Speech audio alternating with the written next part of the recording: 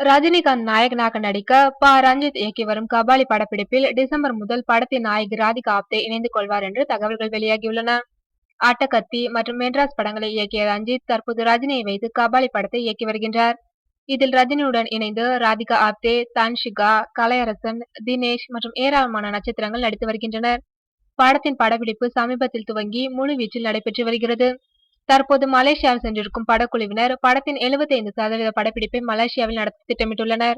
இந்த படத்தில் ரஜினியின் மனைவியாக ராதிகா ஆப்தே நடிக்கின்றார். இந்நிலையில் ராதிகா சம்பந்தப்பட்ட காட்சிகளை டிசம்பரில் படம் பிடிக்க ரஞ்சித் முடிவு செய்துள்ளாராம். தற்போதைய நிலவரப்படி டிசம்பர் மாதம் ராதிகா ஆப்தே படக்குழுவினுடன் இணைந்து கொள்வார் என்று கூறுகின்றனர். தற்போது ரஜினி மற்றும் தன்சிகா சம்பந்தப்பட்ட காட்சிகளை ரஞ்சித் படம் பிடித்து வருகின்றாராம். சந்தோஷ் நாராயணன் இசையமைக்கும் இப்படத்தை கலைப்புலி எஸ். தானு தயாரித்து வருகின்றார். கபாலி வருகின்ற தமிழ் புத்தாண்டில் திரையை தொடுவார் என்று எதிர்பார்க்கப்படுகிறது.